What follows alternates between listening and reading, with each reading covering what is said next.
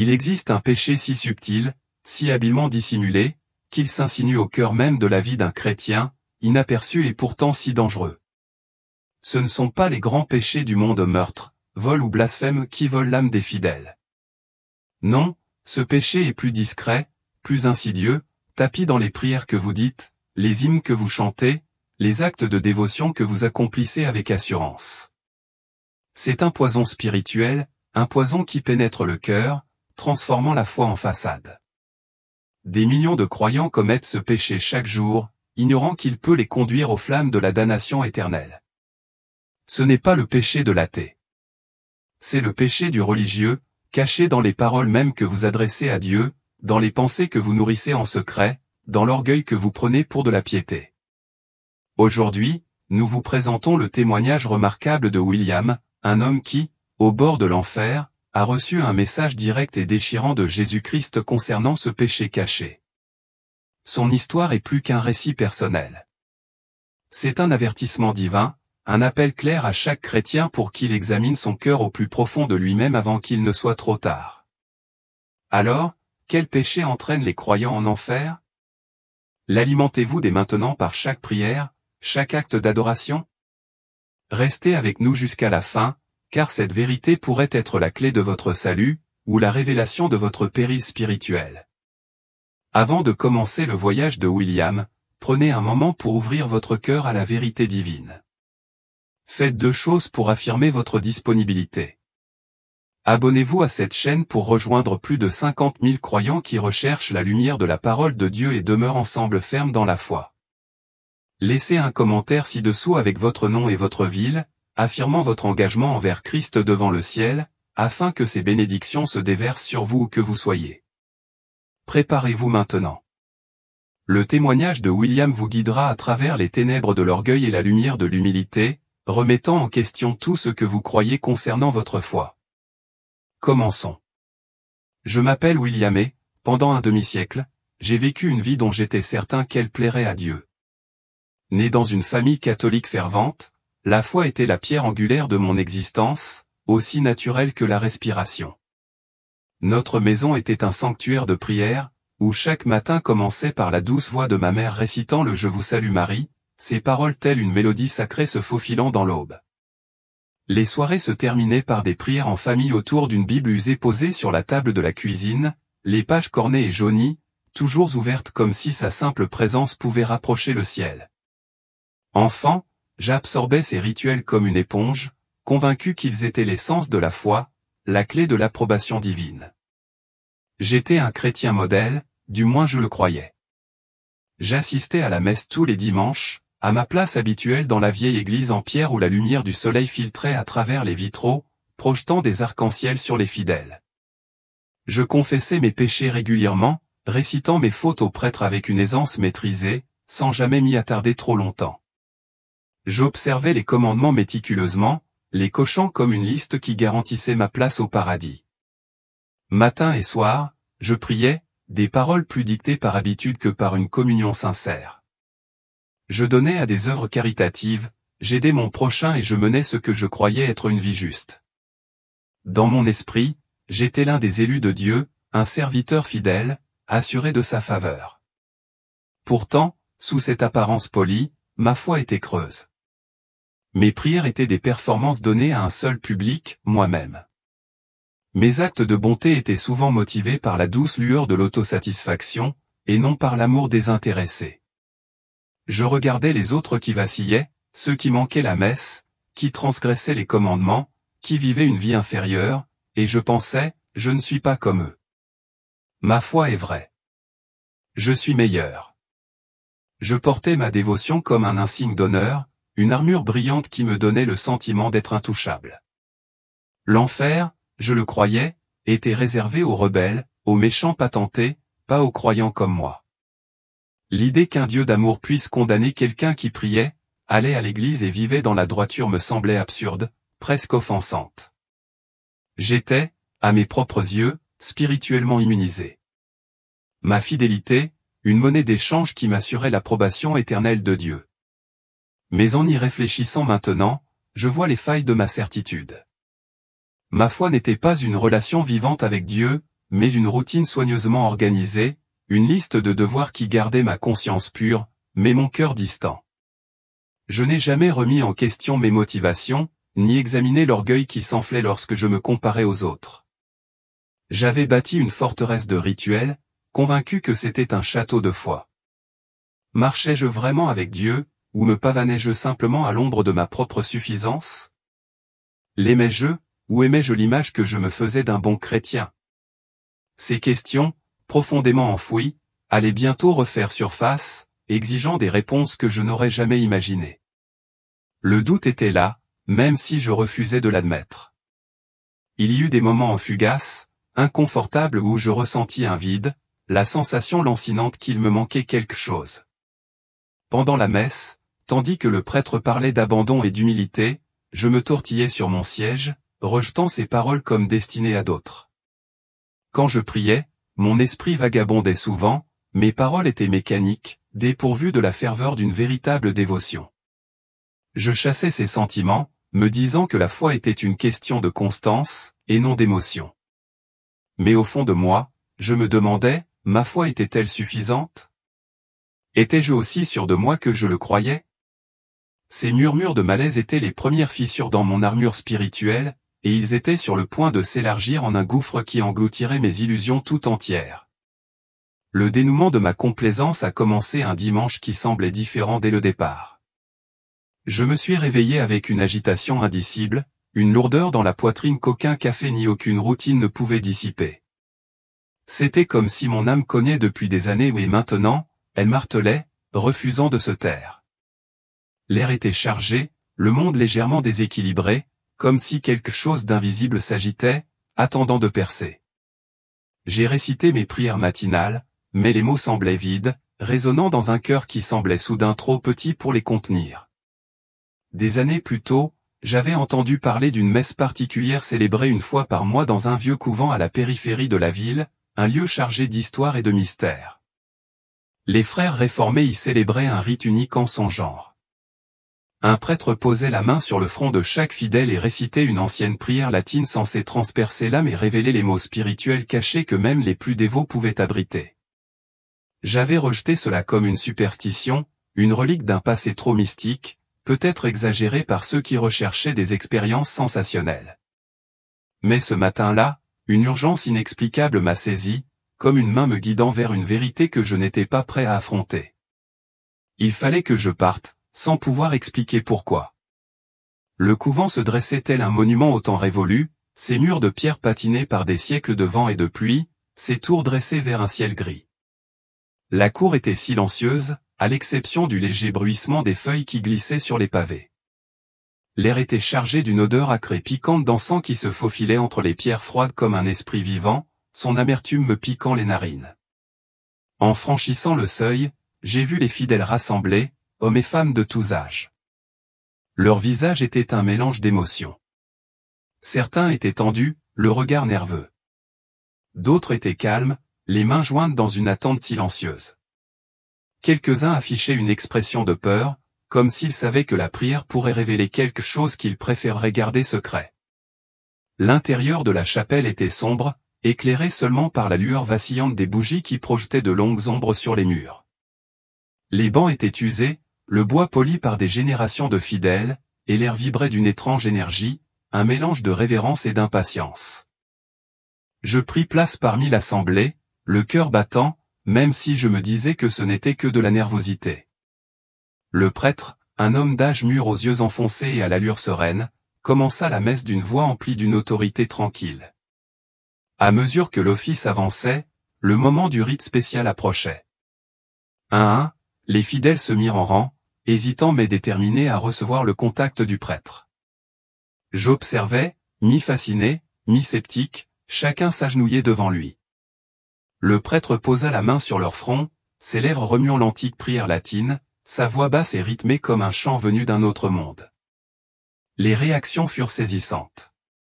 Un jeune homme pleurait ouvertement, ses sanglots résonnant dans la chapelle silencieuse, les larmes ruisselant sur son visage comme si une digue avait cédé.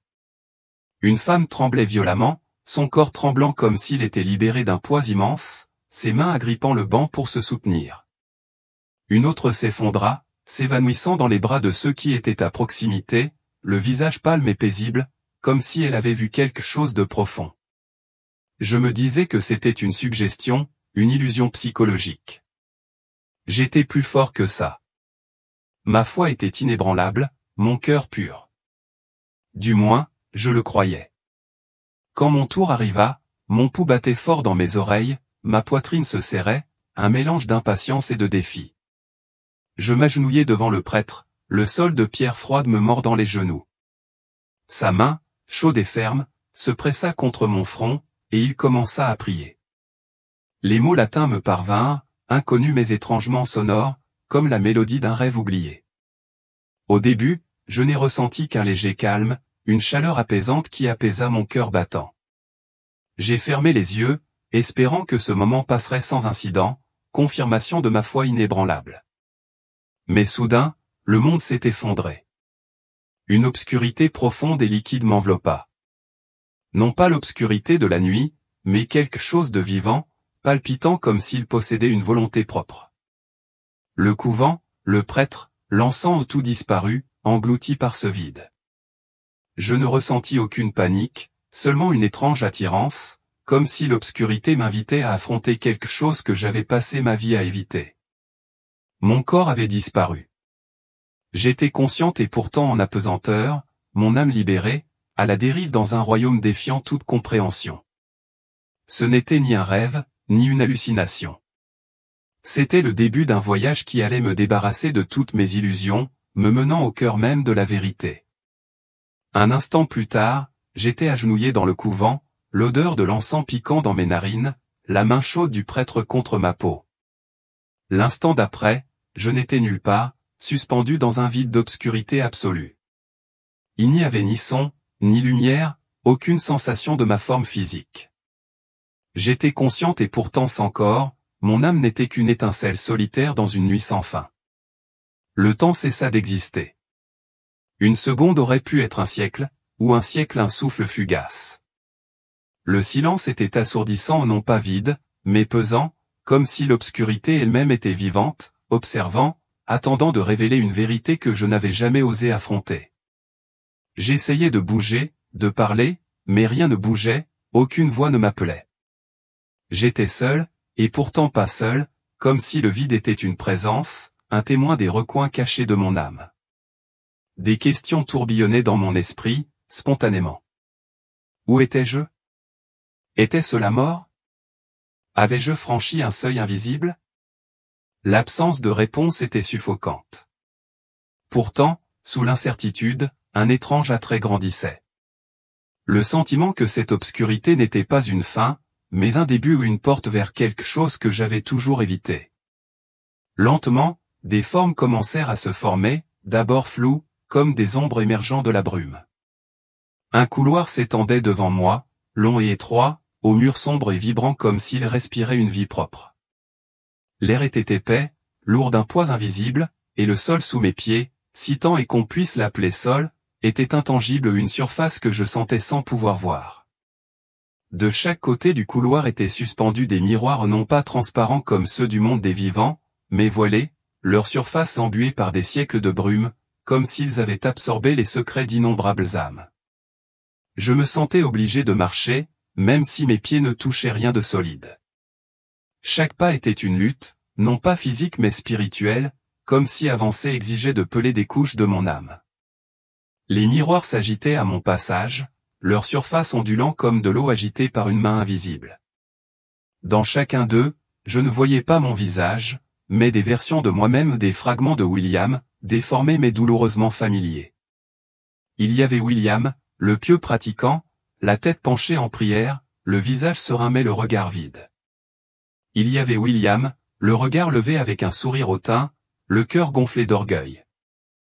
Il y avait William, riant avec un mépris discret de ceux qu'il jugeait moins fidèles, son sourire masquant le jugement. Ce n'était pas de simples réflexions.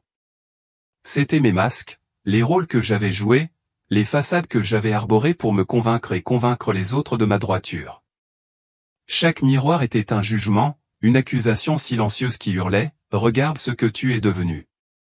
Mon cœur battait la chamade, un rythme de peur et de honte tandis que les miroirs me dépouillaient de mes illusions, révélant l'homme que j'avais caché, même à moi-même.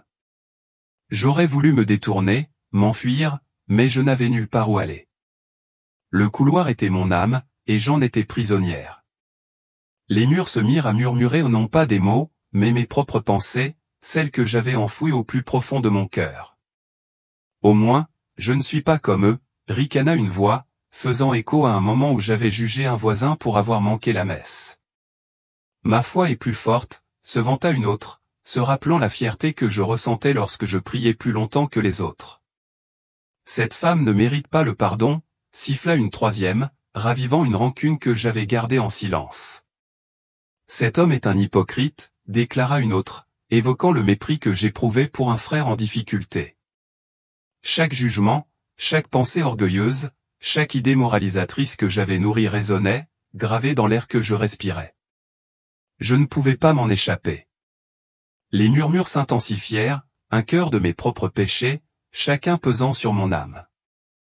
Mes masques commencèrent à tomber un à un, chaque effondrement me frappant la poitrine, comme si mon identité soigneusement construite s'effondrait. Je revis le William qui priait pour être vu par les autres, ses mots creux, son cœur distant. J'ai vu le William qui aidait les nécessiteux, non par amour, mais pour se sentir supérieur, pour savourer sa propre bonté. J'ai vu le William qui évitait le péché, non par amour de Dieu, mais par crainte du jugement, sa foi étant un contrat, non une alliance. Cette prise de conscience fut un coup de poignard, tranchant des années d'aveuglement. Comment avais-je pu vivre si aveuglément, croyant que mes rituels suffisaient? Comment avais-je pu confondre routine et dévotion, orgueil et piété? J'avais bâti une vie de foi, et pourtant mon cœur était étranger à Dieu. Le couloir n'était pas seulement un lieu. C'était le miroir de mon âme, reflétant chaque défaut caché, chaque péché non confessé. Et il me menait vers une porte que je redoutais et que je devais à la fois ouvrir. Car au-delà se trouvait la vérité que je ne pouvais plus éviter. Au bout du couloir, une porte en bois sombre se dressait, nue, sa poignée de fer froide et lourde de sens. Aucun signe ni symbole ne la marquait, pourtant une certitude inébranlable m'envahissait. Toute ma vie avait mené à cet instant. Ma main tremblait en tendant la main vers la poignée, le cœur noyé dans la peur et l'impatience. J'ouvris la porte et une lumière aveuglante m'enveloppa.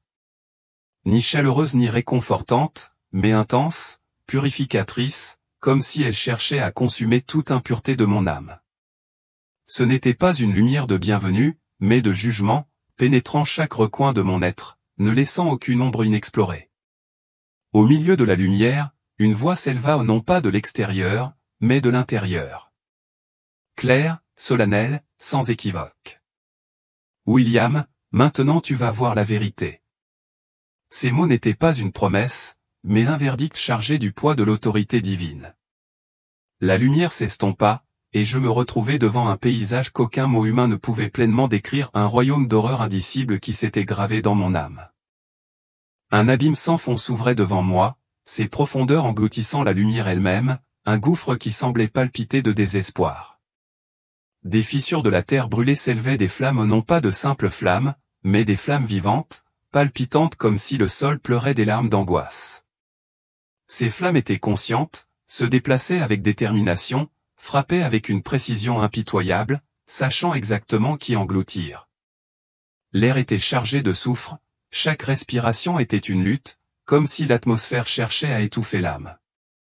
La puanteur était irrésistible, un mélange de métal brûlé et de décomposition, qui m'enveloppait comme une seconde peau. Au-dessus, aucun ciel n'offrait de répit, seulement une obscurité suffocante, trouée par des éclairs cramoisis qui illuminaient l'horreur en contrebas, leurs arcs déchiquetés, telle la colère divine déchirant le vide.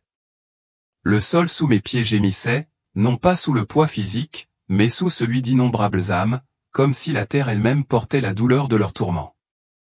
Au milieu des flammes, je les ai vus non pas des démons avec des cornes et des griffes, mais des hommes et des femmes, leurs visages étrangement familiers. Un pasteur qui prêchait autrefois dans ma ville, la voix autrefois tonitruante de conviction, se tenait maintenant silencieux, les yeux écarquillés de terreur, les mains tendues en vain. Un diacre avec qui j'avais prié, autrefois calme et respectueux, se tordait maintenant de douleur, les doigts griffant l'air. Une femme assise au premier rang à la messe, son chapelet toujours à la main, le serrait maintenant tandis que les flammes la consumaient, le visage crispé dans un cri silencieux.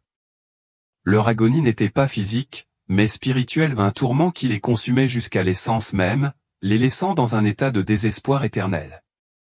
Je titubais, l'esprit bouleversé, le cœur engourdi par l'incrédulité et l'horreur. C'étaient des chrétiens, des croyants comme moi. Ils avaient prié, servi, vécu pour Dieu, ou du moins, c'est ce que je croyais.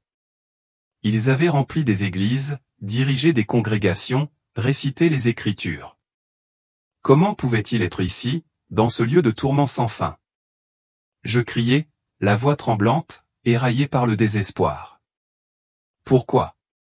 Ils t'aimaient. Ils t'ont servi. Comment peuvent-ils être ici? Répondit la voix, sa fermeté transperçant ma confusion comme une lame. Ils ont prié, mais n'ont jamais vraiment ouvert leur cœur. Ils vivaient selon leur propre justice, pas la mienne. Ils jugeaient, méprisaient, se croyaient supérieurs. Ils se cachaient derrière la religion pour éviter d'affronter leur orgueil. Ces mots m'ont frappé comme un coup dur, chacun étant une révélation d'une vérité que je n'avais jamais envisagée. J'ai vu des mains jointes en prière, consumées par le feu, leur geste fut-il face aux flammes. J'ai vu des yeux levés vers le ciel, cherchant un ciel silencieux, leurs supplications restaient sans réponse.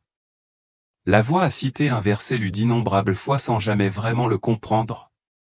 Ce ne sont pas tous ceux qui me disent « Seigneur, Seigneur » qui entreront dans le royaume des cieux, mais celui-là seul qui fait la volonté de mon Père qui est dans les cieux. Plusieurs me diront en ce jour-là, Seigneur, Seigneur, n'avons-nous pas prophétisé en ton nom? Alors je leur dirai ouvertement, je ne vous ai jamais connus. Matthieu 7, 21-23. La phrase, je ne vous ai jamais connu, transperça mon âme comme un poignard. Cela ne signifiait pas qu'ils ne connaissaient ni le nom de Dieu ni ses enseignements. Cela signifiait que Dieu ne les connaissait pas. Leur cœur ne s'était jamais abandonné, ne s'était jamais ouvert à son amour transformateur. Ils maîtrisaient le langage de la foi, les rituels de dévotion, mais leurs âmes lui étaient étrangères. Ils avaient la liturgie, mais pas l'amour, la pratique, mais pas le repentir.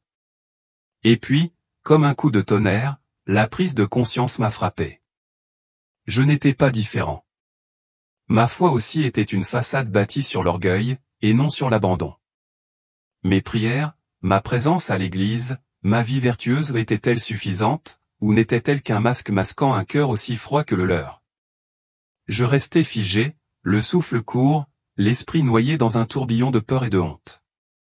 Étais-je destiné à cet endroit, cet abîme de feu et de désespoir? Avais-je moi aussi vécu un mensonge, croyant que mes œuvres assureraient mon salut? Les visages des damnés semblaient se tourner vers moi, leur regard silencieux comme un avertissement. Ne commettons pas l'erreur. Chacun d'eux racontait une histoire de foi sans cœur, de dévotion sans profondeur. J'avais envie de crier, de courir, mais impossible d'échapper à la vérité qui se dévoilait devant moi. La vision n'était pas encore complète, et les révélations les plus profondes étaient encore à venir. Tandis que les flammes de l'abîme brûlaient dans ma vision, une force invisible m'attira plus profondément au cœur du jugement, comme si la vérité exigeait que je voie plus loin. Le paysage embrasé céda la place à un lieu plus froid et plus sombre, un royaume où le tourment n'était pas la chaleur, mais une clarté glaciale plus profonde que n'importe quelle flamme. Le sol sous mes pieds n'était plus une terre brûlée, mais un cristal noirci, sa surface ne reflétant que le poids de mon âme. Chaque pas était un rappel perçant de ma vulnérabilité, comme si le sol lui-même rejetait ma présence. Devant moi s'étendait un lac noir, à la surface épaisse et immobile comme de l'huile qui refusait de onduler ou de refléter la lumière. Ce n'était pas une étendue d'eau, mais un miroir de vérité, dont les profondeurs contenaient les vies et les péchés de ceux qui osaient regarder. Le lac ne reflétait ni le ciel ni les environs. Il reflétait des visages, des moments, des motivations, un témoignage implacable des réalités cachées du cœur. L'air ici était différent. Pas sulfureux, mais lourd d'un silence qui me serrait la poitrine. Un silence de conscience de soi, de remords qui rongeait l'âme, de honte impossible à échapper. Des âmes se blottissaient au bord du lac, courbées et brisées, comme des enfants abandonnés dans la tempête, sans personne pour les réconforter. Leur forme n'était pas physique, mais éthérée, leurs visages gravés d'angoisse, leurs yeux fixés sur la surface du lac. Ils cherchaient une issue, un moyen d'échapper à la vérité. Mais le lac les retenait captifs, ses reflets rejouant leur vie comme un film sans fin. Chaque scène était une épreuve, chaque épreuve une condamnation, révélant non seulement leurs actes, mais aussi leurs motivations. Non seulement leurs actes, mais le cœur qui les inspirait. J'ai vu un homme, autrefois prédicateur, dont les paroles éloquentes avaient rempli les églises et inspiré des milliers de personnes. Il avait écrit des livres, dirigé des études bibliques et était un pilier de la foi dans sa communauté. Pourtant, le lac révélait son cœur froid, méprisant les faibles, utilisant son savoir pour s'élever au-dessus des autres, ses sermons servant de tribune à l'orgueil plutôt qu'à l'amour. Il pleurait tandis que ses paroles résonnaient, révélant leur vide, chaque syllabe rappelant les occasions manquées de servir Dieu. Ses larmes tombèrent dans le lac, mais leurs reflets restèrent inchangés, leur vérité inflexible. Non loin de là, une femme se tenait debout, le visage autrefois rayonnant du sourire qu'elle arborait à l'église, sa générosité saluée par tous. Elle avait donné aux pauvres, organisé des collectes de charité, toujours la première à se porter volontaire. Mais le lac révélait ses motivations, non pas l'amour, mais une soif d'admiration, un besoin d'être perçue comme vertueuse. Chaque acte de bonté était rejoué, dépouillé de sa façade, révélant un cœur qui recherchait les applaudissements plutôt que la gloire divine. Elle serra sa poitrine, ses sanglots silencieux mais profonds, la douleur de se voir telle qu'elle était plus profonde que n'importe quelle flamme. Chaque âme affrontait le même tourment, voyant sa vie telle que Dieu la voyait, sans filtre, sans excuse. Ici, pas de cri, seulement le poids écrasant de la clarté, l'agonie de la vérité qui semblait trop tard. J'évoluais parmi eux, invisible, ressentant pourtant leur douleur, leur honte s'infiltrant dans mon âme. J'aurais voulu détourner le regard, mais le lac m'appelait, sa surface ondulait comme pour m'inviter à voir mon propre reflet. J'ai résisté, la peur m'envahissant, mais l'attraction était trop forte.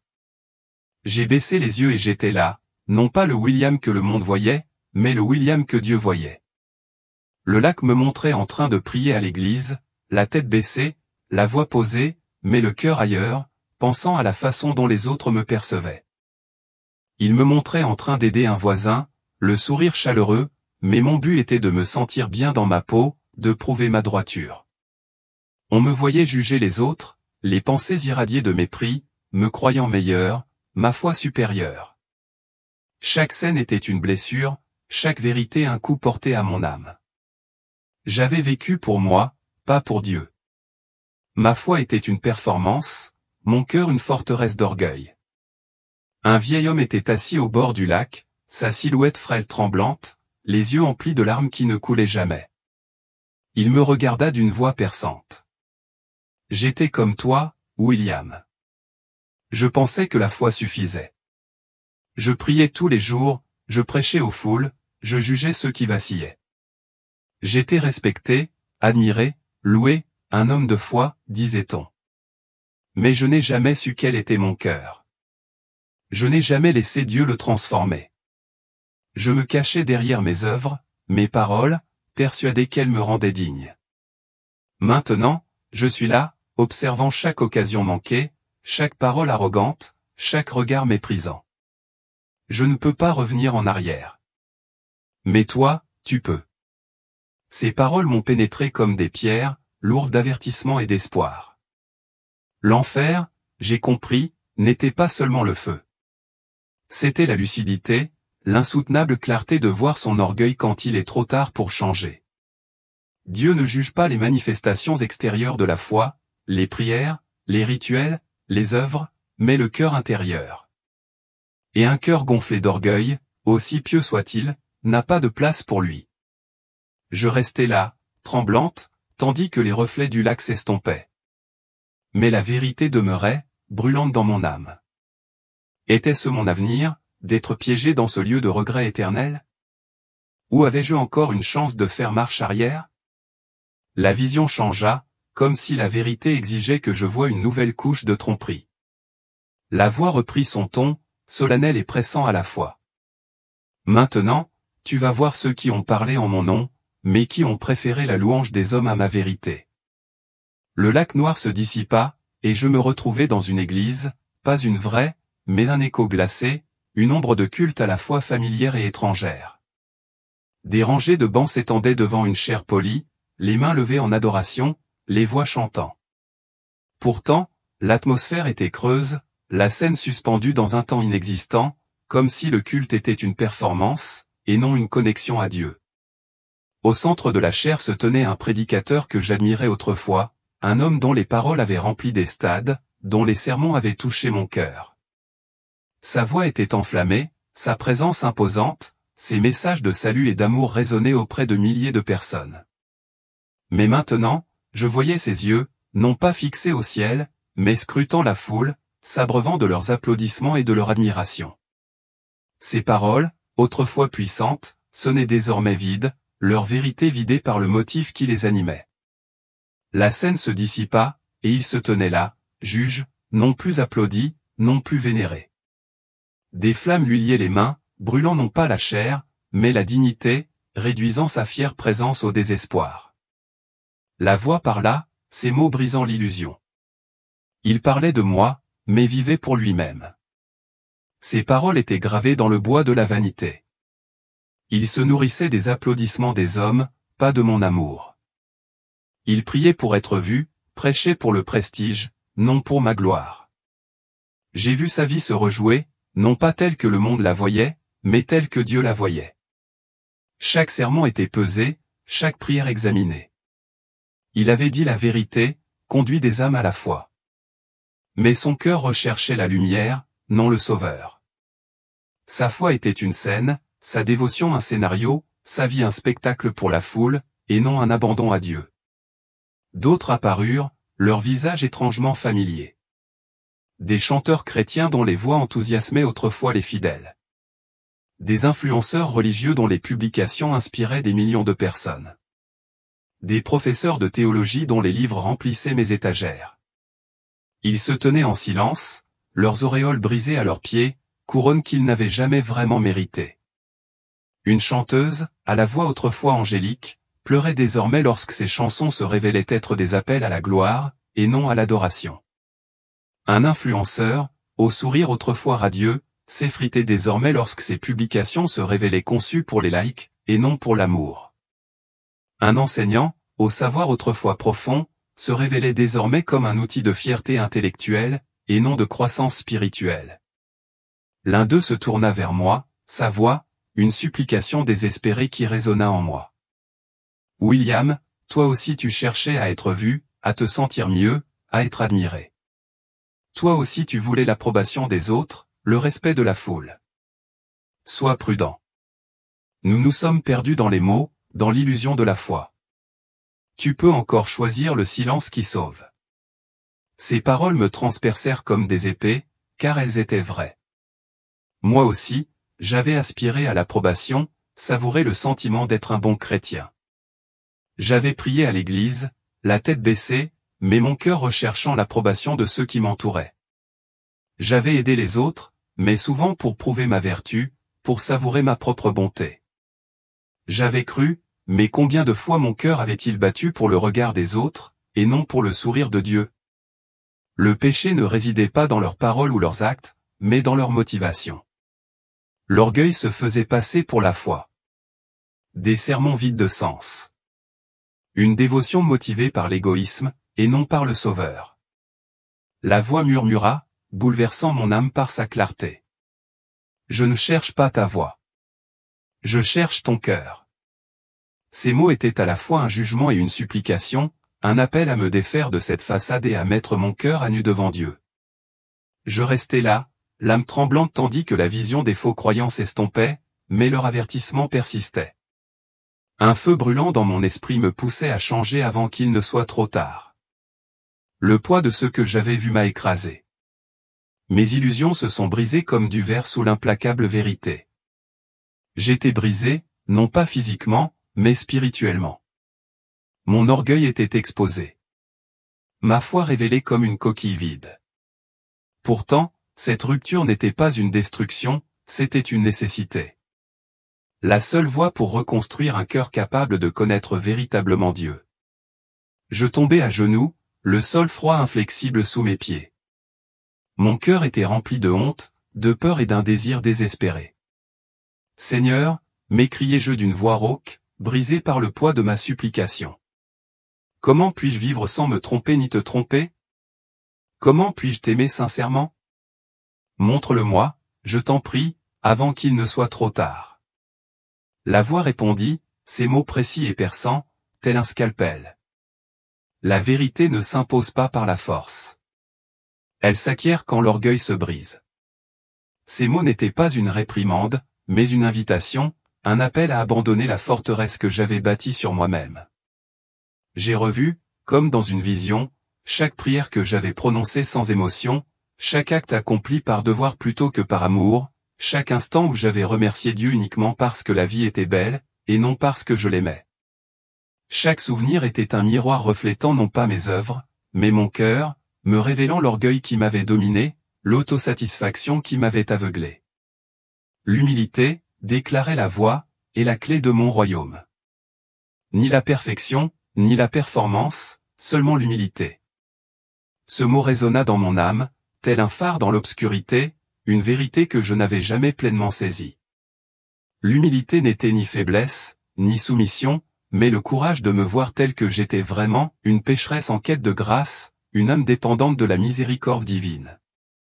J'avais passé ma vie à m'efforcer d'être bon, d'être digne, mais Dieu ne voulait pas de mes efforts.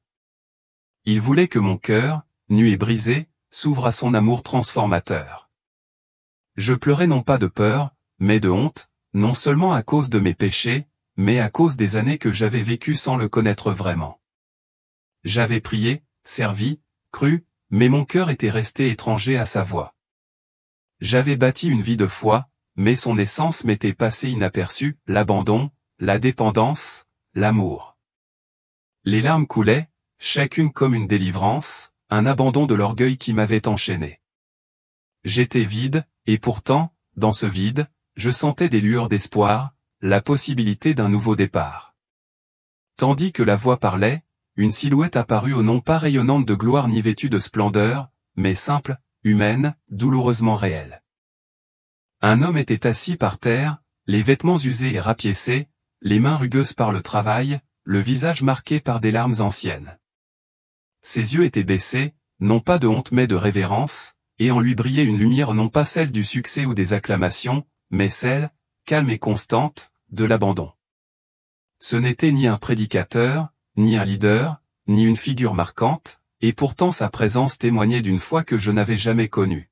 « Voyez-vous cet homme » demanda la voix, d'un ton doux mais profond. Il n'a jamais prêché aux foules, n'a jamais dirigé de congrégation, n'a jamais recherché la lumière. Chaque matin, il se réveillait et me demandait de guérir son cœur. Chaque soir, il s'agenouillait et se demandait s'il avait assez aimé. Il n'a jamais pensé que son travail le sauverait. Il n'a espéré que ma miséricorde, se fiant non pas à ses actes, mais à ma grâce. Maintenant, il est avec moi, son cœur m'appartenant à jamais. Cette vision était à la fois un feu et un baume, consumant mes illusions tout en apaisant mon âme blessée.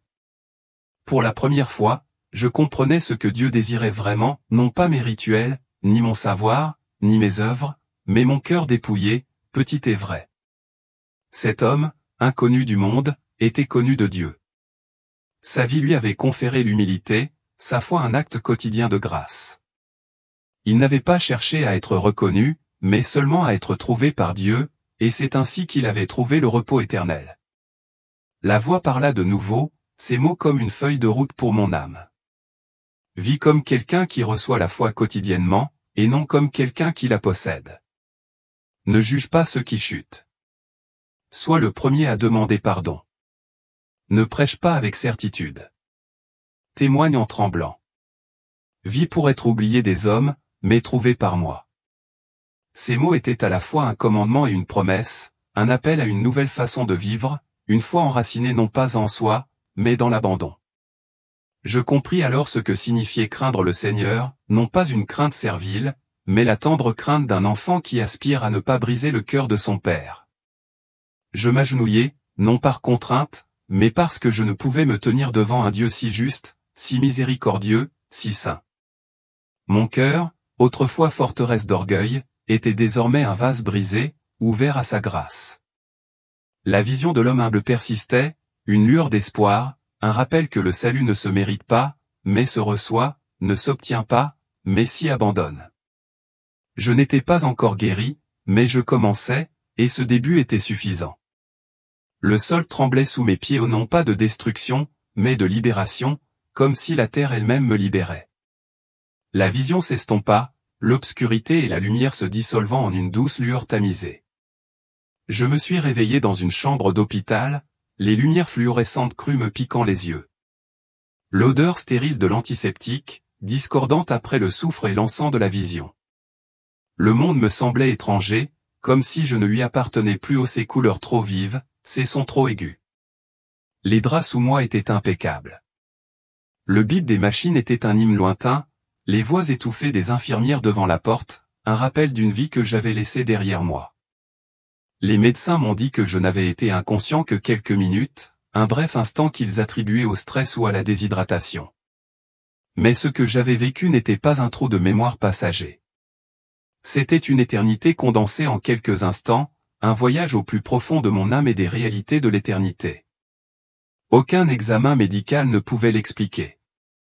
Aucun diagnostic ne pouvait expliquer ce changement en moi. Mon âme semblait réécrite, sa structure profondément altérée, comme si la main de Dieu avait remodelé son essence même. Pendant 3 mois, un mal de tête sourd et persistant m'a tourmenté, écho physique des vérités spirituelles que j'avais perçues. Ce n'était pas seulement une douleur, mais un poids, un rappel constant des visages dans les flammes, des cris silencieux, du lac de vérité, de la voix qui transperçait mon cœur. Chaque nuit, je fermais les yeux et les revoyais, les prédicateurs enchaînés, les âmes en feu, l'avertissement du vieil homme, la lumière des humbles saints. La douleur était un appel à l'action, une exigence de ne pas enterrer ce que j'avais vu, mais de le porter vers l'avant. Un fardeau que je ne pouvais ignorer. Je savais que je ne trouverais la paix qu'en retournant auprès du prêtre dont le contact avait ouvert cette porte. Je suis allé le trouver, le cœur lourd du besoin de partager, de me libérer. Dans le silence du couvent, j'ai raconté mon histoire, chaque détail, chaque révélation, la voix tremblante, tandis que je revivais l'horreur et l'espoir. Ses yeux se sont remplis de larmes, et lorsque j'ai eu fini, il s'est agenouillé près de moi, les mains jointes aux miennes, priant non pas comme un prêtre pour un paroissien, mais comme un frère dans la foi. William, dit-il d'une voix brisée, depuis des mois, je prie pour obtenir une réponse au fardeau qui me déchire l'âme. Ta vision est cette réponse. Dieu a parlé à travers toi, il t'a envoyé pour révéler cette vérité. En quittant l'église, le mal de tête s'est dissipé comme si un nœud s'était dénoué, un poids s'était ôté de mon corps et de mon âme. La douleur avait fait son effet. J'avais obéi, témoigné, et la paix pouvait désormais revenir. Mais c'était une paix différente, non pas le calme superficiel de mon ancienne vie, mais l'assurance profonde et inébranlable d'avoir été appelé, choisi et transformé. Cette paix n'était pas une fin, mais un commencement, une mission de dire ce que j'avais vu. Je ne pouvais plus me taire, car cette vision n'était pas seulement pour moi. C'était un avertissement pour tous ceux qui, comme moi, avaient confondu religion et relation, prière et orgueil, dévotion et vanité. Ce péché, cet orgueil spirituel, tue silencieusement la foi, transformant les croyants en pharisiens, la grâce en monnaie d'échange, la foi en trophée. C'est la croyance que l'on est meilleur que les autres, que Dieu nous doit le salut, que nos œuvres nous assurent une place au ciel. C'est le péché qui remplit l'enfer de chrétiens, des hommes et des femmes qui ont prié, servi, cru, mais n'ont jamais ouvert leur cœur à l'amour transformateur de Dieu. Frères et sœurs, écoutez-moi. Dieu ne recherche pas vos paroles, vos rituels, votre justice apparente. Il recherche votre cœur brisé, humilié, tremblant devant sa sainteté. Il recherche une foi qui reçoit sa grâce quotidiennement, et non une performance exigeant son approbation. Il recherche un amour qui pardonne sans mesure, une humilité qui s'agenouille sans orgueil, une vie qui témoigne en tremblant, sans se vanter. Ne vous laissez pas tromper par une foi sans cœur, une dévotion sans profondeur. L'enfer n'est pas réservé aux méchants. Il est réservé à ceux qui portent le vêtement de la foi mais cachent un cœur orgueilleux. Vivez chaque jour comme si c'était le dernier. Aimez sans juger, car le jugement est un orgueil déguisé. Pardonnez sans mesure, car le manque de pardon est une chaîne qui enchaîne l'âme. Recherchez le pardon comme si c'était la première fois, car le véritable repentir est la porte de la grâce. Soyez de ceux qui font la volonté du Père, et non de ceux qui crient « Seigneur, Seigneur », pour finalement entendre « Je ne t'ai jamais connu ». Examinez votre cœur, non vos œuvres. Demandez-vous, est-ce que je prie pour connaître Dieu ou pour être vu? Est-ce que je sers pour aimer ou pour être loué? Est-ce que je crois pour m'abandonner ou pour assurer mon propre salut? Ce témoignage n'est pas une fin. Ce n'est qu'un début, un appel à se réveiller, à se repentir et à voir les choses sous un nouveau jour avant qu'il ne soit trop tard. Mais si vous pensez que l'orgueil est le seul danger caché de l'Église, détrompez-vous. Une autre histoire vous attend. Un homme fut emmené au plus profond de l'enfer, non pas pour voir des prédicateurs ou des artistes, mais pour constater l'horrible vérité de ce qui conduit les enfants au tourment éternel. Ce qu'il a vu brisera toute illusion et révélera ce que beaucoup ignorent en silence. La prochaine vision vous brisera le cœur, car cette fois, il s'agit des enfants en nos enfants. Ces âmes innocentes sont facilement attirées dans les pièges de ce monde. L'ennemi n'épargne personne, du plus jeune au plus âgé. En tant que parents, grands-parents et croyants, nous avons la responsabilité sacrée de protéger nos enfants des dangers qui les guettent constamment. Si nous manquons à ce devoir, les conséquences peuvent être déchirantes, comme l'expérience de mort imminente que vous allez entendre. Après un accident tragique, un père affronte l'enfer où il voit son propre enfant souffrir, tout cela à cause d'une terrible erreur qu'il a commise. Quel était ce péché? Écoutez jusqu'à la fin pour le découvrir, car c'est un avertissement sévère nous exhortant à protéger nos enfants des forces du mal qui se cachent dans l'ombre.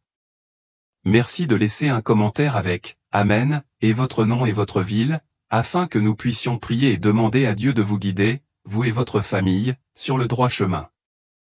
Si vous avez soutenu la chaîne par un grand merci, nous vous en sommes profondément reconnaissants. Ce geste n'est pas un simple soutien, mais une graine de foi que vous semez en votre âme, ouvrant votre cœur à recevoir le message de Dieu. N'oubliez pas de vous abonner à la chaîne pour ne manquer aucun des témoignages d'alerte durant cette période finale. Écoutez maintenant l'histoire de ce père. Je m'appelle Gary et je vis dans une petite ville de Géorgie, aux États-Unis, où le rythme de vie est lent mais néanmoins stressant. Il y a 15 ans, une erreur a changé ma vie à jamais, me conduisant à une expérience horrible où j'ai été confronté à la vérité sur l'enfer et à ma responsabilité envers ma famille. C'est l'histoire de mon voyage pour redécouvrir ma foi, sauver mon fils et apprendre à vivre selon la volonté de Dieu. J'ai grandi dans une famille chrétienne de confession protestante, mais ma foi se résumait à une simple habitude, celle d'aller à l'église chaque dimanche, plus une habitude qu'une conviction profonde. Je travaillais comme employé de bureau dans une compagnie d'assurance, où les longues heures et la pression me laissaient peu de temps pour ma famille. Mon travail accaparait presque toutes mes pensées, et quand je rentrais à la maison, je préférais me reposer plutôt que de parler ou de jouer avec mes enfants. Il y a 10 ans, j'ai épousé Mia après une soirée bien arrosée, et elle est tombée enceinte. L'Église enseignait qu'avoir un enfant hors mariage était un péché, et sous la pression de ma famille et du pasteur, j'ai épousé Mia pour faire ce qui était juste. Mais au fond, je ne l'aimais pas vraiment. Notre mariage ressemblait plus à une obligation qu'à une relation fondée sur l'amour, créant un mur invisible entre nous. Mia était une mère dévouée, toujours soucieuse de prendre soin des enfants et de subvenir aux besoins de la famille. Mais elle était souvent mécontente de moi. Elle se plaignait que je ne lui témoignais pas d'affection ni à eux, que je ne passais pas assez de temps avec eux. Elle avait raison, car je trouvais souvent des excuses pour travailler tard ou assister à des événements imprévus le week-end afin d'éviter d'être à la maison. Mais en réalité, je roulais en ville, m'arrêtais dans un petit supermarché pour acheter quelques bouteilles de bière et me dirigeais vers le lac pour m'asseoir seul. Je savais qu'elle se sentait prisonnière de ce mariage, tout comme moi. Mais on nous avait tous deux appris que le divorce était un péché grave, que Dieu ne pouvait pardonner. Les disputes sont devenues partie intégrante de notre vie, chaque mot blessant agissant comme une blessure, creusant la distance entre nous. Nous avons un fils, Noah, qui a maintenant 10 ans. J'essaie de l'aimer, mais la barrière émotionnelle de mon mariage m'empêche de me connecter avec lui. Noah s'approche parfois de moi, surtout quand je répare la voiture ou que je fais des travaux à la maison. Il me montre un jouet avec empressement ou me demande comment faire des réparations, mais je lui réponds souvent brièvement, parfois même en l'ignorant. Souvent, je surprends le regard triste de Noah, qui reflète sa déception quand je ne prête pas attention à ses efforts. Je me dis que je dois faire plus d'efforts, mais il y a toujours un vide en moi que je n'arrive pas à combler. Je pense que ce qui a besoin d'être réparé, ce n'est pas la voiture ou les objets de la maison, mais c'est moi. Au fil du temps, Noah est devenu de plus en plus rebelle. Il est devenu obsédé par des dessins animés comme les Simpsons et Ben 10, passant souvent des heures devant la télévision. Il a commencé à désobéir à Mia, allant même jusqu'à se disputer avec elle d'une manière que je n'aurais jamais imaginée pour un enfant de 10 ans. Mia me reprochait d'avoir laissé Noah s'exposer à ce qu'elle appelait la culture du monde, mais je n'y prêtais pas attention, pensant que ce n'était qu'un divertissement inoffensif. Je ne réalisais pas que ces émissions transformaient peu à peu mon fils, le rendant plus calme et plus distant envers nous. Tout a basculé à l'été 2024. Toute la famille a décidé de partir en vacances dans un parc d'attractions en Floride, espérant que ce voyage contribuerait à apaiser les tensions familiales. Mais en chemin, Mia et moi avons eu une de nos disputes habituelles. Elle m'a reproché de ne pas avoir enseigné à Noah la parole de Dieu, de l'avoir exposé à des dessins animés effrayants et aux mauvaises influences du monde. Je lui ai rétorqué avec colère qu'elle était trop stricte, que ces dessins animés étaient juste amusants pour les enfants et ne pouvaient rien faire de mal. Ce ne sont que des dessins animés, Mia. Tu réagis toujours de manière excessive, dis-je d'une voix irritée. Cette dispute me distrayait pendant que je conduisais. Soudain, un camion nous a coupés, et je n'ai pas pu réagir à temps. Notre voiture a percuté violemment.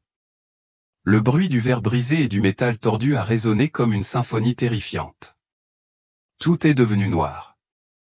J'ai senti mon âme s'extirper de mon corps. Un voyage terrifiant a alors commencé, un voyage qui, je le réaliserai plus tard, était un appel de Dieu pour sauver ma famille et mon âme. Étrangement, la dernière chose qui m'est venue à l'esprit avant que tout ne s'éteigne n'était ni le travail, ni la voiture, ni la pile de factures qui s'accumulait, mais l'image de Mia et Noah. Le regard déçu de Noah quand je l'ignorais. Et la voix de Mia, pleine d'angoisse, quand elle me reprochait de ne pas remplir mes devoirs de mari et de père. Puis une force invisible m'a arraché à mon corps et je suis tombé dans un vide terrifiant où toute notion de temps et d'espace semblait s'évanouir.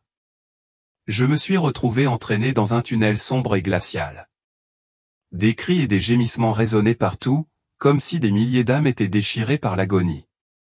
J'ai cherché une lueur, un signe de vie, mais je n'étais entouré que d'épaisses ténèbres. Des créatures terrifiantes au visage déformé, mi-humaines, mi-monstres, surgirent de l'ombre. Leurs yeux étaient rouges, leurs dents acérées luisaient comme des lames, et elles m'agrippèrent de leurs griffes froides, me tirant à une vitesse inimaginable. Je criai, « Seigneur, sauve-moi », mais mes cris furent étouffés par leurs rires horribles, comme s'ils se moquaient de mon désespoir. Dans ma panique, j'essayais de me souvenir des prières de l'Église, des versets bibliques que j'avais entendus mais que je n'avais jamais vraiment assimilés. « Seigneur, qu'ai-je fait pour en arriver là ?» me demandais-je, mais mon cœur était lourd de culpabilité. Le tunnel semblait interminable, et à chaque seconde qui passait, la peur me renforçait. Finalement, le tunnel s'ouvrit et je fus projeté dans une vaste zone montagneuse où l'air empestait le soufre et la fumée. Des flammes brûlaient partout au pas comme aucun feu que j'avais jamais vu sur Terre, mais une lumière rouge vif et vivante, comme dotée d'une conscience et cherchant à tout dévorer sur son passage. J'ai vu d'innombrables salles et fosses, chacune remplie d'âmes en souffrance. Des démons aux formes répugnantes, à la peau sombre et lisse comme du goudron, tourmentaient les âmes avec des lances rouges et des vers qui se faufilaient dans leur corps. Les gémissements des âmes se mêlaient aux rires sauvages des démons, créant une symphonie de désespoir. Je restais là, tremblante, incapable de bouger. Une partie de moi voulait fuir, mais je ne savais pas où aller. Une autre partie était happée par l'horreur qui se déroulait devant moi, comme si j'étais obligé d'assister à tout. Est-ce l'enfer? Me suis-je demandé, et cette question m'a fait froid dans le dos. Je n'avais jamais vraiment cru que l'enfer existait, pas de la manière précise et vivante dont je le percevais maintenant. Dans mon esprit, l'enfer n'était qu'un concept vague, une histoire pour effrayer les enfants, ou un sermon à l'église que j'ignorais souvent. Mais maintenant, debout dans ce désert embrasé, je ne pouvais nier la vérité. Et le plus effrayant, c'était que j'avais le sentiment d'appartenir à cet endroit, comme si tous les mauvais choix de ma vie m'avaient conduit à cet endroit. Mon esprit était submergé par la culpabilité et le regret. Seigneur, j'ai péché, murmurai-je, mais ma voix se perdit dans les cris qui m'entouraient. Je ne savais pas si le Seigneur m'entendrait, mais je ressentais un puissant besoin. Il fallait que je trouve une issue, non seulement pour moi, mais aussi pour Mia et Noah. Soudain, un démon s'est approché de moi, le regard étincelant d'hostilité. Il n'a rien dit, mais son regard a transpercé mon âme comme s'il connaissait tous mes péchés. Je me suis reculé, le cœur battant, mais je n'avais nulle part où me cacher. Tu n'as rien à faire ici. Pas encore. Une voix résonna, non pas celle du démon, mais du plus profond de moi-même. Je ne savais pas si c'était la voix du Seigneur ou simplement mon dernier espoir, mais elle me raccrocha à une lumière fragile. Je ne pouvais pas me laisser piéger ici. Je devais retourner. Je devais réparer mes erreurs. Puis, comme pour répondre à mon appel silencieux, j'ai senti une autre présence, non pas un démon, mais une force immense et puissante. Une force qui faisait reculer les démons de peur. Une faible lumière est apparue au loin, et j'ai entendu une voix dire, « Gary, regarde et apprends pour sauver ta famille. » Mon cœur était rempli d'espoir, mais aussi de peur. Je savais que ce qui allait arriver me changerait à jamais. Après que la voix autoritaire eut retenti au bout du tunnel infernal, je fus entraîné dans une nouvelle zone du plateau ardent. L'air était encore chargé d'une odeur de soufre, et les cris des âmes résonnaient sans fin. Je tremblais, le cœur battant, ne comprenant toujours pas pourquoi j'étais là, ni si c'était là que je serais piégé à jamais. Puis, au milieu des âmes en souffrance, j'ai aperçu une silhouette familière qui m'a glacé le sang. C'était Noah, mon fils. Noah se tenait là, petit et fragile, le visage pâle de peur. Un grand démon, au visage identique à celui d'Homer Simpson dans Les Simpsons, la série que Noah regardait souvent pendant des heures, le tourmentait. Le démon lançait des fléchettes acérées dans les yeux de Noah, chaque coup étant accompagné d'un rire sinistre. « C'est ton royaume, gronda Théil. Noé hurla en tentant de se couvrir le visage, mais des vers noirs surgirent du sol, pénétrèrent son corps et le firent se tordre de douleur. Je n'en pouvais plus. Je me précipitai en criant, « Seigneur, pourquoi mon fils est-il ici? Il n'est pas mort. » Une voix retentit, puissante comme le tonnerre. Noé n'est pas mort, mais c'est ici qu'il viendra si tu ne le conduis pas selon ma volonté. Je m'effondrai, les larmes aux yeux. La voix poursuivit, sévère mais pleine de compassion, tu l'as laissé être exposé aux choses de Satan à travers des caricatures que tu croyais inoffensives. Ces choses l'ont rendu rebelle, désobéissant à sa mère et distant de moi. Tu as failli à ton rôle de père. Ces mots me déchirèrent le cœur. Je me souvenais des après-midi où Noah était assis devant la télé, riant joyeusement devant les Simpsons ou Ben 10. Je pensais que c'était juste un divertissement, un moyen pour lui de se détendre. Je me souvenais des avertissements de Mia. Ces séries ne sont pas bonnes, Gary. Elles nuisent à Noah. Mais je les ai balayées du revers de la main, lui disant qu'elle était trop stricte, que les enfants avaient besoin de s'amuser. Maintenant, debout au milieu de l'enfer, je voyais clairement que j'avais tort. Les personnages de dessins animés que je croyais inoffensifs étaient des instruments du diable, s'immisçant dans l'esprit de Noé, le rendant rebelle, le poussant à se disputer avec sa mère et à s'éloigner de Dieu. Je regardais Noah, voyant les lances rouges des mains du démon transpercer son corps. Chaque coup le faisait hurler, et j'avais l'impression d'être torturé moi-même. S'il vous plaît, ne laissez pas mon fils ici, criai-je, la voix tremblante de douleur. Je me souvenais du regard triste de Noah quand je l'ignorais, comme la fois où il m'avait montré une petite voiture à laquelle j'avais à peine jeté un coup d'œil, ou quand il m'avait demandé comment réparer la voiture, mais que je lui avais répondu brièvement. Je n'étais pas là pour lui. Je ne lui ai pas enseigné la parole de Dieu. Je ne l'ai pas protégé des choses qui empoisonnaient silencieusement son âme. Mon péché, ma négligence et mon indifférence avaient conduit Noé ici, ne serait-ce que dans cette vision. Je me suis couvert le visage et j'ai pleuré sans pouvoir me retenir. Seigneur, j'ai eu tort, ai-je murmuré, le poids de la culpabilité pesant sur moi comme une pierre. Je repensais aux fois où je m'étais échappé au lac pour boire de la bière, laissant Noah et Mia derrière moi. Je repensais aux disputes avec Mia quand je lui avais dit des mots durs au lieu de l'écouter. J'avais failli à mon devoir de père, et maintenant j'en payais le prix en voyant mon fils souffrir. Au milieu de mon désespoir, la voix du Seigneur résonna à nouveau.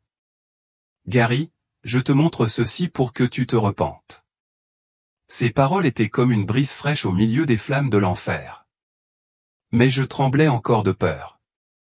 Je ne savais pas si j'avais encore une chance de réparer les choses, ou si j'étais mort et resterais coincé ici pour toujours. Une seule chose était sûre, je ne voulais pas que Noah subisse ce sort. J'ai baissé la tête et imploré la miséricorde du Seigneur, même si je ne savais pas si ma supplication serait entendue. Le plateau de feu de l'enfer brûlait toujours autour de moi, et je sentais une force invisible m'attirer en avant, comme si le Seigneur voulait que je sois témoin de vérités plus horribles. Après avoir vu Noé se faire torturer, mon cœur était comme brisé. La voix du Seigneur résonnait encore dans mon esprit. Je t'ai montré cela pour que tu te repentes. Mais j'ignorais si j'avais encore une chance, ou si j'étais coincé en enfer pour toujours. Le plateau ardent continuait de brûler autour de moi, l'odeur suffocante du soufre et les cris incessants des âmes résonnant à mes oreilles. Je frissonnais, sentant une force invisible m'attirer en avant, m'emmenant vers un nouveau lieu où un spectacle encore plus horrible m'attendait. Devant moi se trouvaient des dizaines d'enfants, âgés de 8 à 10 ans seulement, emprisonnés dans des cages de fer rouge flamboyant. Ils hurlaient, le visage déformé par la douleur. Des démons aux griffes acérées et aux yeux rouges sang les torturaient sans relâche. Certains étaient fouettés à coups de tiges électriques, chaque coup provoquant des convulsions. D'autres étaient couverts de verre noir qui leur pénétrait la bouche et les yeux, les faisant hurler de désespoir. Je restais figé, incapable de croire que des enfants aussi jeunes se trouvaient là, dans un endroit aussi terrible. Un énorme démon, tenant un écran lumineux, s'approcha de l'un d'eux. Sur l'écran apparaissaient des images de jeux vidéo violents et de scènes obscènes tirées d'Internet. L'enfant tenta de détourner le regard, mais le démon lui saisit la tête, le forçant à regarder. « Tu as choisi ces choses », rugit le démon, puis il utilisa une tige de fer rouge pour le poignarder. J'ai entendu d'autres enfants se faire moquer par des démons parce qu'ils regardaient des choses obscènes sur Internet, et même être entraînés dans des choses qu'un enfant ne devrait jamais connaître. Mon cœur se serra en pensant à Noé, aux fois où je le laissais assis devant la télévision pendant des heures, sans prêter attention à ce qu'il regardait. J'aurais voulu courir vers eux, sauver ces enfants, mais j'avais l'impression que mes pieds étaient cloués au sol.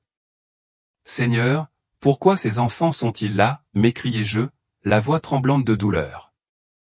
Une voix autoritaire résonna, aussi puissante que le tonnerre. « L'ennemi trompe les petits et les entraîne en enfer.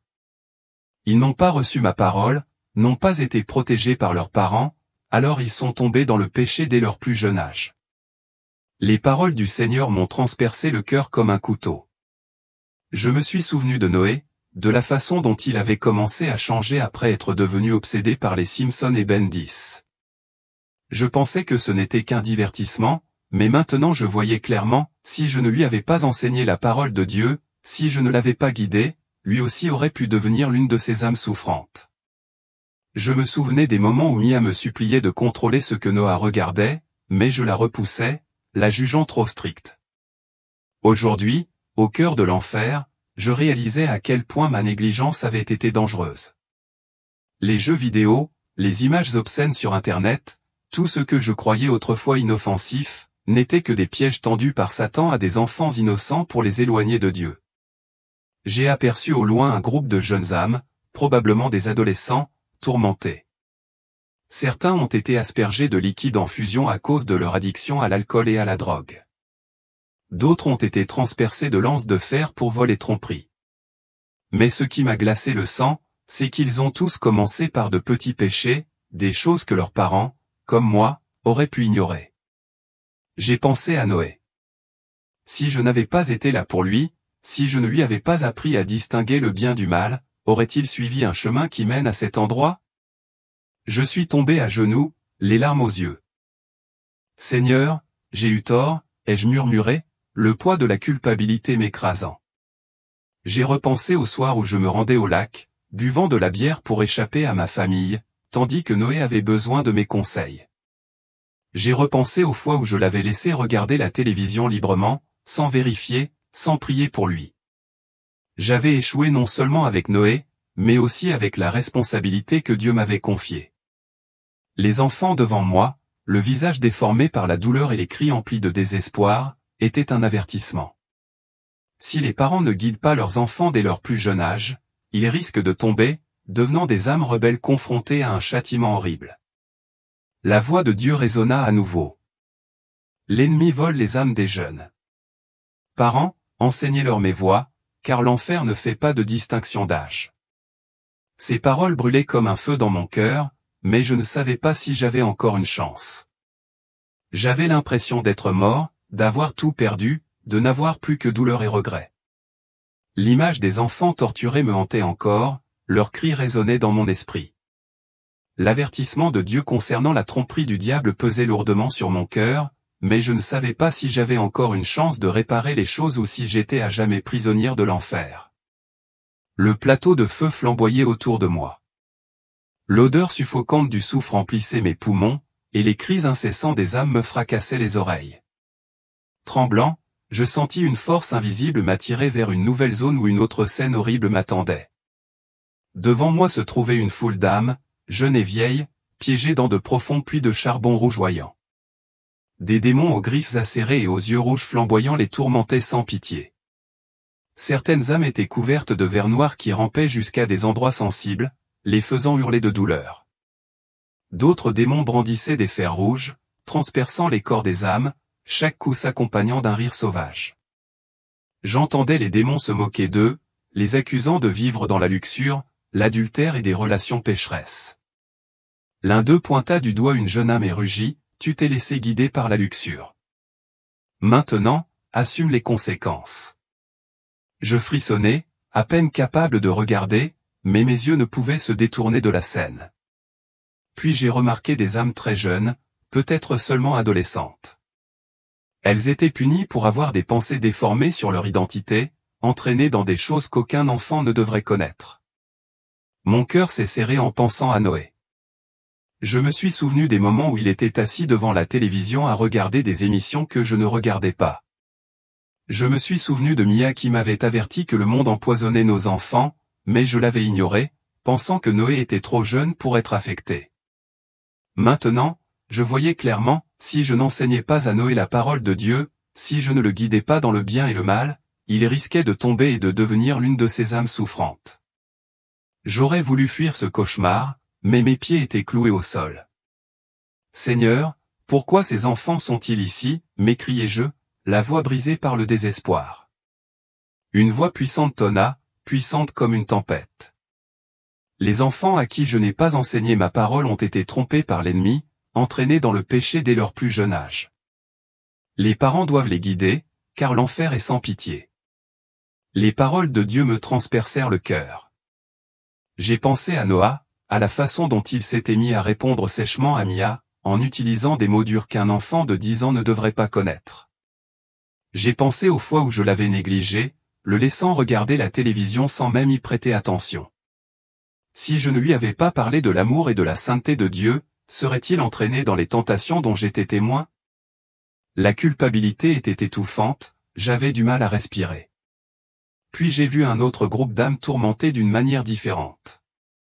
Des démons leur déchiraient la gueule avec leurs griffes, leur tranchant la langue avec des couteaux tranchants, le sang coulant à flots. J'ai entendu les démons les railler, tu as utilisé ta bouche pour maudire, calomnier, blesser les autres. Les âmes hurlaient, implorant leur pitié, mais les démons ne s'arrêtaient pas. Je tremblais, réalisant que j'étais coupable aussi. Je me souvenais de mes disputes avec Mia, où je lançais des mots cruels, la traitant de trop stricte, la blessant avec des remarques que je ne retirais jamais. J'ai vu la douleur dans ses yeux, mais je me suis détourné sans jamais m'excuser. Mes paroles blessantes, même involontaires, avaient contribué à plonger notre famille dans le chagrin. Je suis tombé à genoux, les larmes aux yeux. « Seigneur, j'ai eu tort », ai-je murmuré, le regret brûlant en moi. J'ai repensé à la façon dont j'avais ignoré Noah, à son incapacité à lui apprendre à dire des mots d'amour, à lui montrer l'exemple du pardon. J'ai repensé au soir où je m'enfuyais au lac, buvant de la bière pour éviter ma famille, alors que Noah avait besoin de moi à ses côtés, de mes conseils. Les enfants et les âmes qui se trouvaient devant moi étaient un avertissement. Si les parents n'éduquent pas leurs enfants dès leur plus jeune âge, ils risquent de tomber dans le péché non seulement de luxure, mais aussi de langue, ce qui entraînera un châtiment horrible. La voix de Dieu retentit à nouveau, les paroles et les désirs des hommes doivent être sacrés devant moi. Enseigne à ton fils le droit chemin, car l'ennemi m'attend. Ces paroles me brûlèrent le cœur, mais je ne savais pas si j'avais encore une chance. J'avais l'impression d'être morte, d'avoir tout perdu. Ne me laissant que douleur et regret, j'inclinai la tête, implorant la miséricorde de Dieu pour Noé, le suppliant de ne pas laisser mon fils subir le sort de ses âmes. Mais j'ignorais si mes prières seraient entendues. Le plateau ardent de l'enfer brûlait encore, et une force invisible m'attirait en avant, comme si des vérités plus terrifiantes m'attendaient. La douleur des visions précédentes s'accrochait à moi comme une ombre, pesant lourdement sur mon cœur. Les images du tourment de Noé, des enfants en pleurs et des âmes punies pour leurs désirs et leurs paroles cruelles tourbillonnaient dans mon esprit. Je ne savais plus où j'étais, seule la peur et la culpabilité me consumaient. Chaque pas dans les ténèbres de l'enfer semblait m'entraîner plus profondément dans un cauchemar. Soudain, un vent brûlant souffla, sifflant comme le rire des démons. Je m'arrêtai, le cœur battant, tandis qu'une lueur rouge jaillissait devant moi, révélant une nouvelle scène, tout aussi horrible. Devant moi se tenait un homme vêtu d'une robe semblable à celle des pasteurs que j'avais vus à l'église. Il fut pendu à un poteau de fer rouge, le corps se tordant de douleur. Des démons au visage déformé l'entouraient, le fouettant de leurs fouets épineux, chaque coup déchirant sa chair. L'un d'eux tenait un livre ressemblant à une Bible, mais ses pages étaient en flammes, et il le lança au visage de l'homme en rugissant, « Tu as prêché des paroles saintes, mais tu as vécu comme un diable. » J'entendais les démons se moquer de lui pour avoir commis l'adultère, trahi sa femme et ses enfants, et mené une double vie, prêchant Dieu le jour, poursuivant la luxure la nuit. Chaque provocation était comme un coup de couteau, faisant hurler l'homme. Mais les démons ne s'arrêtaient pas. Je restais figé, le cœur serré. Je ne connaissais pas cet homme, mais son image me rappelait moi-même. Je ne prêchais pas comme lui, mais je menais moi aussi une double vie. J'allais à l'église tous les dimanches, je chantais des cantiques, mais mon cœur n'était pas avec Dieu. Je négligeais Noah, le laissant regarder des dessins animés que Mia avait mis en garde contre le danger, et je me disputais avec elle en utilisant des mots durs.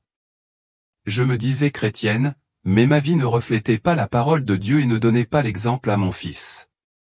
J'aurais voulu détourner le regard pour éviter la scène, mais mes yeux étaient fixés sur elle. « Seigneur, pourquoi cet homme souffre-t-il ainsi ?»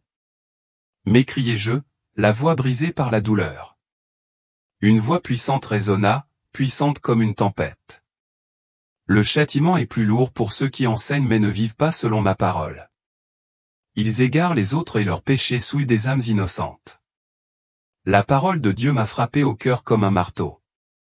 J'ai pensé à Noé, à mon échec à lui enseigner la parole de Dieu. Je n'étais pas en chair comme ce pasteur, mais j'étais le père de Noé, chargé par Dieu de le guider. Je me suis souvenu des fois où Noé m'interrogeait sur Dieu ou essayait de communiquer avec moi, mais je le repoussais, préoccupé par son travail ou par une escapade au lac pour boire une bière. Je me souvenais que Mia me suppliait d'emmener Noah à l'école du dimanche, mais je l'avais renvoyé, pensant qu'il était trop jeune et que cela pouvait attendre. Je voyais maintenant clairement que mon indifférence était une forme d'hypocrisie. Car je ne vivais pas la foi que je proclamais. Si je ne donnais pas l'exemple à Noah, si je ne lui enseignais pas le chemin sacré, il risquait de tomber et de devenir une âme rebelle, comme les enfants que j'avais vus auparavant. Je suis tombé à genoux, les larmes coulant sur mon visage. Seigneur, j'ai eu tort, ai-je murmuré, le regret pesant sur moi comme une pierre. Je me suis souvenu de la façon dont j'avais ignoré Noé, ne lui ayant pas appris à aimer et à craindre Dieu. Je me suis souvenu de mes disputes avec Mia, quand mon orgueil m'aveuglait, refusant d'admettre mes fautes. La vue du pasteur torturé était un avertissement. Si je ne vivais pas correctement, non seulement moi, mais Noé pourrait en payer le prix. Les parents doivent être une lumière pour leurs enfants, mais j'avais laissé les ténèbres envahir ma famille. La voix de Dieu retentit à nouveau. Ceux qui portent mon nom doivent vivre dans la sainteté, car je suis saint. Enseigne mes voies à ton fils, de peur qu'il ne s'égare. Ces paroles brûlaient mon cœur comme un feu, mais je ne savais pas si j'avais encore une chance. J'avais l'impression d'être morte, d'avoir tout perdu. Resté avec douleur et regret. J'inclinai la tête, implorant la miséricorde de Dieu pour Noé, le suppliant de ne pas laisser mon fils subir le sort des âmes que j'avais vues. Mais j'ignorais si mes prières seraient entendues. L'enfer flamboyait toujours autour de moi, et une force invisible m'attirait, comme si d'autres vérités terrifiantes m'attendaient. Après ces visions horribles, j'avais l'impression que mon âme était déchirée. Les images du supplice de Noé, des enfants en pleurs et du pasteur se tordant dans les flammes tourbillonnaient encore dans mon esprit, sapant ma force d'avancer. Je restais immobile dans l'obscurité profonde de l'enfer, n'entendant que les battements de mon cœur et la peur qui me rongeait à chaque respiration. Soudain, un son glacial transperça l'air, un mélange de gémissements et de frottements de métal sur la pierre, tel un couteau sur la roche. Je levai les yeux et, devant moi, une faible lueur rouge apparut, révélant un spectacle qui me glaça le sang. Des dizaines d'âmes étaient suspendues dans les airs, la bouche transpercée par des démons aux couteaux acérés. Le sang coulait à flots, se mêlant à la lueur rouge de l'enfer. Les démons, au sourire grotesque, se déchiraient les lèvres et la langue, chaque coup s'accompagnant de cris d'angoisse. L'un d'eux désigna une âme et rugit, « Tu as utilisé tes mots pour calomnier, pour détruire. » J'entendis les démons se moquer d'eux, les accusant de répandre des mensonges, de calomnier et de blesser les gens avec des paroles cruelles. Les âmes tentèrent de supplier, mais leurs voix s'étranglèrent, ne laissant derrière elles que des gémissements douloureux. Je restai figé, le cœur serré. La scène était comme un miroir, reflétant mes propres péchés. Je me souvenais de mes disputes avec Mia, quand je lui avais lancé des mots cruels, la traitant de trop stricte, disant qu'elle ne me comprenait pas. Je me souvenais de la douleur dans son regard. Mais je ne me suis jamais excusé, je me suis juste détourné et j'ai laissé ces mots planer entre nous. Chaque mot venimeux que je prononçais, même si je le croyais inoffensif, la blessait, plongeant notre famille dans le chagrin. Je pensais à Noah, à la façon dont il commençait à m'imiter, utilisant des mots durs pour répondre à sa mère. Je ne lui avais pas appris à contrôler ses paroles, je ne lui avais pas donné l'exemple de la douceur et du pardon. J'aurais voulu fuir pour me protéger de la scène, mais j'avais l'impression que mes pieds étaient cloués au sol. Seigneur, je suis coupable aussi, m'écriai-je, la voix brisée par le remords. Une voix puissante tonna, puissante comme une tempête. Ces gens ont utilisé leur bouche pour nuire, et maintenant ils risquent le châtiment. Dis à mon peuple que je désire qu'il soit pur, qu'il ne se laisse pas souiller par sa langue. Les paroles de Dieu m'ont transpercé le cœur comme une lame. J'ai pensé à Noah, à la façon dont il avait entendu mes disputes avec Mia, à l'art d'utiliser les mots pour blesser. Je ne lui avais pas appris que les mots avaient du pouvoir, qu'ils pouvaient construire ou détruire. Je me suis souvenu des soirs où je m'échappais au lac, buvant de la bière pour éviter ma famille, tandis que Noah avait besoin de moi à ses côtés, de mon aide pour lui dire des mots d'amour. Je me souvenais que Mia essayait de me retenir, me suppliant d'être un exemple pour notre fils, mais je réagissais froidement. Maintenant, je comprenais clairement que si je n'apprenais pas à Noah à maîtriser sa langue, il risquait de grandir en prononçant des paroles blessantes, de sombrer dans le péché et de devenir une âme rebelle comme celles qui m'ont précédé. Je suis tombé à genoux, les larmes coulant sur mon visage.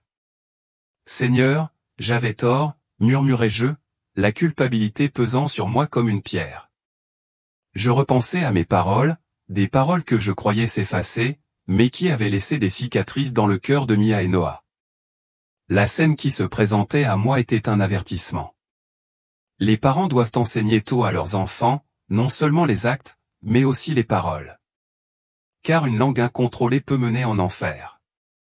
Je n'avais pas donné l'exemple, et maintenant j'en payais le prix en voyant les conséquences de mes péchés. La voix de Dieu retentit à nouveau.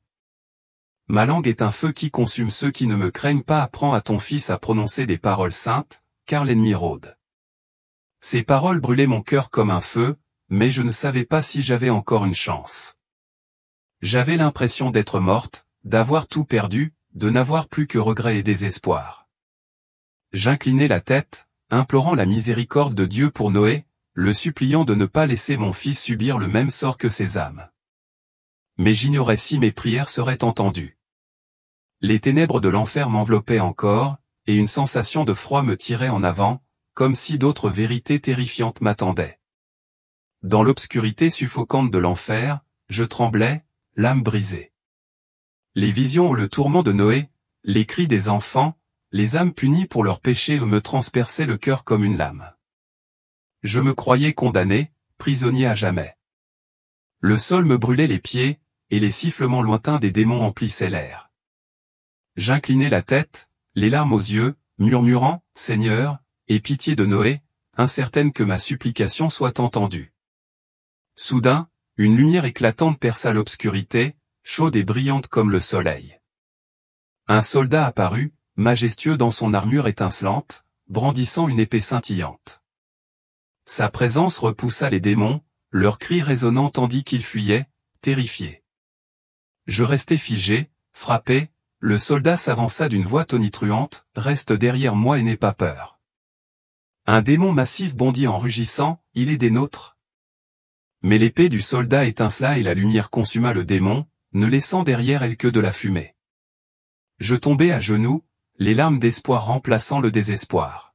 « Qui es-tu » balbutiai-je, mais il resta silencieux, sa lumière m'enveloppant. Puis la voix de Dieu retentit, réduisant l'enfer au silence. « Gary, je t'ai montré ces choses pour que tu te repentes et que tu guides ta famille dans ma volonté.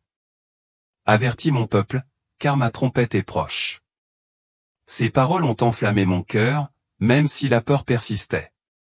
J'avais trahi Noah en le laissant regarder des dessins animés nuisibles et blessé Mia avec des paroles cruelles. Étais-je capable d'accomplir la mission de Dieu? Le soldat hocha la tête, comme s'il avait perçu mon doute, et leva la main. Une lumière jaillit, me soulevant des flammes de l'enfer. Les cris du démon s'éteignirent, remplacés par la paix. La lumière m'enveloppa, un vaste océan de calme. Je fermai les yeux, le cœur battant, consciente de la miséricorde de Dieu. Pourtant, une question me hantait, pourrais-je honorer cette miséricorde et protéger Noah et Mia? La lumière aveuglante de l'enfer s'estompa lentement et j'ouvris les yeux dans une pièce d'un blanc immaculé, où l'odeur âcre de l'antiseptique emplissait l'air. La douleur me parcourait le corps, mais j'étais en vie. J'étais allongé dans un lit d'hôpital, une perfusion dans le bras, et mon cœur battait la chamade en réalisant que Dieu m'avait donné une seconde chance. À côté de moi, Mia était assise en silence, les yeux rougis par les pleurs, tandis que Noah, le bras bandé, dormait sur une chaise. Eux aussi avaient survécu à l'accident. Les horribles images de l'enfer me hantaient encore. Le visage torturé de Noah, les cris des âmes tourmentées, mais la voix de Dieu résonnait. Repentez-vous et guidez votre famille selon ma volonté. Je savais que je ne pouvais pas laisser passer cette occasion. Là, dans mon lit d'hôpital, malgré la douleur, je me suis agenouillé et j'ai pleuré. Seigneur, j'ai eu tort, ai-je murmuré. J'ai manqué à ma parole d'enseigner à Noé, j'ai manqué à mon devoir de pardonner à Mia. Que ma langue fasse du mal. Pardonne-moi. La prière jaillit de mon cœur brisé. Et j'ai ressenti une paix étrange, comme si Dieu m'écoutait. Je lui ai juré qu'à partir de maintenant, je vivrais différemment, non seulement pour moi, mais aussi pour Noah et Mia, afin qu'ils ne vivent jamais ce que j'avais vu. À mesure que ma santé s'améliorait, j'ai commencé à changer. J'ai d'abord appelé Noah à mes côtés et lui ai dit fermement, « Mon fils, à partir de maintenant, finis les Simpsons et Ben 10. Ces trucs peuvent être des instruments de Satan qui t'éloignent de Dieu. » Noah m'a regardé avec surprise, mais a hoché la tête en voyant la détermination dans mes yeux.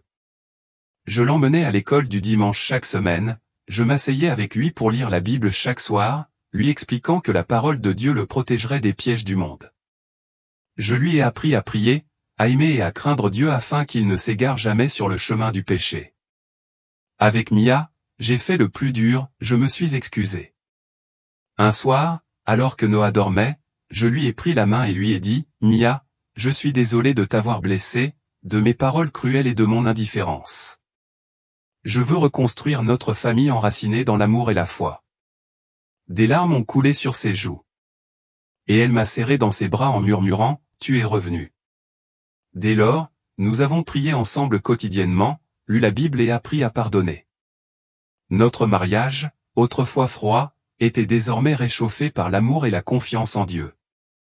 J'ai aussi changé. J'ai jeûné chaque semaine, prié pendant des heures et pris la résolution de vivre humblement. Je me suis détourné de mes anciens péchés, ne laissant plus le ressentiment ni les paroles dures corrompre mon cœur. Chaque fois que la colère montait, je me souvenais des couteaux acérés de l'enfer et je choisissais le pardon. Je voulais être un exemple pour Noé afin qu'il grandisse dans la sainteté, à l'abri des tromperies du monde. Finalement, j'ai accompli la mission que Dieu m'avait confiée, témoigner. À l'église, je me suis tenu devant l'assemblée, la voix tremblante mais ferme, racontant ce que j'avais vu en enfer. L'enfer existe, dis-je. Et Satan cible nos enfants à travers les dessins animés, Internet et la culture mondaine. Parents, enseignez la parole de Dieu à vos enfants dès leur plus jeune âge. Protégez-les du péché et vivez saintement devant Dieu. Certains pleuraient, d'autres s'agenouillaient pour prier, et je savais que mon témoignage les avait touchés. J'ai continué à raconter cette histoire, non pas pour me vanter, mais pour avertir, car la trompette de Dieu est proche. Chaque jour, je vis avec gratitude et émerveillement. Les visions de l'enfer me rappellent que le temps presse et que je dois guider Noah et Mia dans la volonté de Dieu. Je ne suis plus l'ancien Gary, indifférent et fuyant ses responsabilités. Je suis désormais père, mari et serviteur de Dieu, déterminé à vivre pour lui et à protéger ma famille des ténèbres dont j'ai été témoin. Ce témoignage est un signal d'alarme. Parents et grands-parents, nous devons enseigner la parole de Dieu à nos enfants dès leur plus jeune âge et les protéger des pièges du monde, tels que les films, Internet et les paroles blessantes. Si nous les négligeons, les conséquences pourraient les éloigner de Dieu. Vivez une vie sainte. Soyez un exemple brillant. Et guidez votre famille avec foi. Car le temps presse.